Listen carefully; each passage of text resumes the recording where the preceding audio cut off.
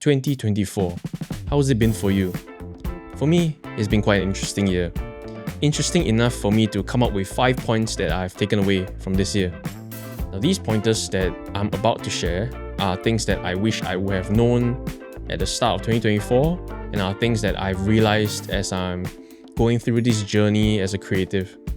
So just a bit about myself. I'm a freelance creative that specializes in videography based in Singapore, and I've been doing this for about 3 years now. So I hope that these things will be able to help you or to at least give you some sort of thought about some of these topics mentioned. So I used to think I'm a very go-getter type of person. Like whatever challenges that come, I'll be able to, take them on and overcome them. But then last year, I received a job opportunity that really scared me. Now, it was for a fashion campaign video, and prior to that, I've never shot a fashion film before. Although I've been on sets, doing fashion stuff, assisting and things like that, but I've never actually done it myself. I've never worked with models prior to that shoot. So I remember on the shoot day, I was setting up my cameras and I see the model walk into the studio and the makeup artist doing her magic. I wanted to vomit. I was so anxious, I was so scared, and on the outside, looked so cool, looked so mysterious, but actually inside shaking. But as I began to work, I finished the shoot and everything, and I thought to myself, actually, it wasn't as bad as I thought. Everybody was very nice, everybody was working for the same goal, and it really made the experience, so much better, so much easier, and the end result came out to be really good. So after this shoot, I realized that the initial fear and worry will always be there, but don't let your thoughts paralyze you. So you just gotta do it. You just gotta be confident and just gotta do it, and things will be okay.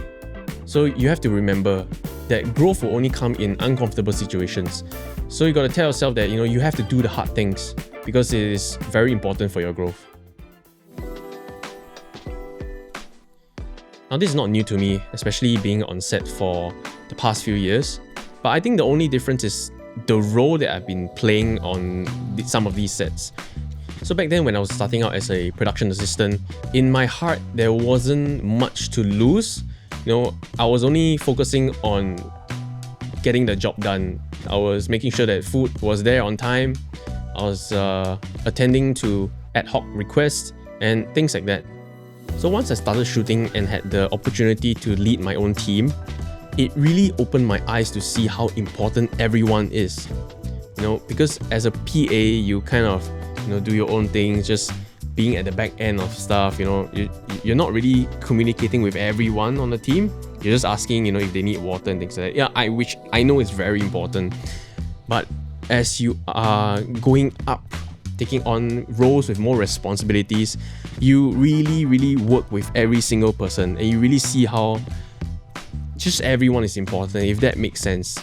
So from the creative director to the production assistant or the runners, these are the people that make the end product come to life and make working on set an enjoyable experience. So now whenever I'm on set, regardless of role, I'm just very happy that people are so willing to come together to make the vision happen, sometimes even blood, sweat and tears for the project. So appreciate your set mates whenever you can. They make working on set so much better, so much happier, and I think that's very important.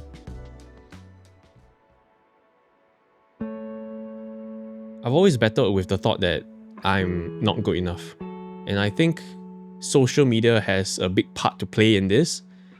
I know every time I'm scrolling through Instagram or TikTok, I'm always seeing this person younger than I am doing even bigger things, being so successful, and I would use that in comparison to myself, and I'll think like, oh, what have I actually done?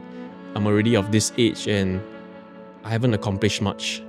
And then whenever I'm on set or when somebody trusts me to do like a creative project, I will usually think to myself like, oh, am I actually good enough? Why did this person choose me over someone else? I'm afraid that I'll mess up and screw up, and then this person wouldn't want to work with me anymore. Things like that. But I think one thing I try to tell myself is that everyone is on their own journey, and I shouldn't compare my journey with theirs. I think we should focus on our own journey, and on the way up, if we have the ability to, we help other people to succeed as well. And every time spent worrying is time not spent on pursuing your dreams, on improving your craft. And to be honest, it's easier said than done. I can say all these things and make it seem so easy. But there are times where I cry because I'm just so lost and just feel like things are not working out and feel like this shouldn't be my career because I'm not good enough. And I know that this will probably be a work in progress till the day that I die, but at least I've learned to dance around it. If you're struggling with imposter syndrome, I hope that you know that you're not alone. I would suggest that you find a community that would encourage you in your journey, even though you may not be able to overcome it immediately or in a short span of time. At least you have a community that would encourage you, that would reassure you that everything is going to be okay, and it will make your journey less tiring and less sad. So being Asian, we grew up in more of a conservative environment, and we are typically more reserved when it comes to expressing our thoughts and feelings. But recently, I reconnected with a friend who happens to be an Australian. So I really see it when I observe him interacting with people around him, like, friends and family, and it really encourages me to just be more expressive with the way I love. Right now, it feels less awkward to say things like, I love you, I'm proud of you, I'm here if you need me. Because Singaporeans, what's their usual reply? Oh, you tell them about your stuff, they'll be like, wow, shag bro, wow, shag tired bro. It's not very value adding, if that makes sense. And another thing that I'm trying to improve on is to just smile at people and to just compliment them. It's a work in progress because this face is not giving, and people might think that I'm a chikope if I just go up and compliment them. But I'm just trying my best. And you never know if people are just having a bad day, so giving a compliment might just make them happier. As a freelancer, I've come to terms that this job is a roller coaster ride. It has its ups and downs. You really never know when your next job will come in. There'll be times where things are going really well, but there will also be times where things would go really shit. Maybe it's just that there are no jobs, or the client that you have been working with, or the project that you've been pitching, you got awarded to someone else. So things like that can happen, and we cannot control these things. So it's a reminder to myself that I have to be prepared for rainy days like these. So when the dry season comes, what can I do to keep myself creative and to keep myself motivated to do even more? Aside from work, I've also taken some time off to go overseas with my family. And as it has been probably a decade since we last went overseas together, we enjoyed ourselves and we really had good family time. So as I was looking back, I thought to myself, I don't really know when's the next time I'll be able to travel with my family again. I think these are the things that we take for granted. I don't want to get so carried away with work that I forget what is truly important. If work comes in, I'll definitely give my 110%, right? We want to be able to execute the vision and to deliver our best to the clients. But I also feel that anything can happen. Who's to say that you'll be alive tomorrow?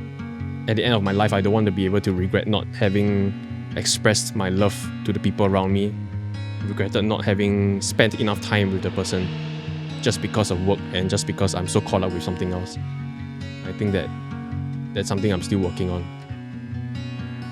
So whether you had a good or a bad 2024, I think the most important thing is to focus on what we can do now. So what are your takeaways for 2024?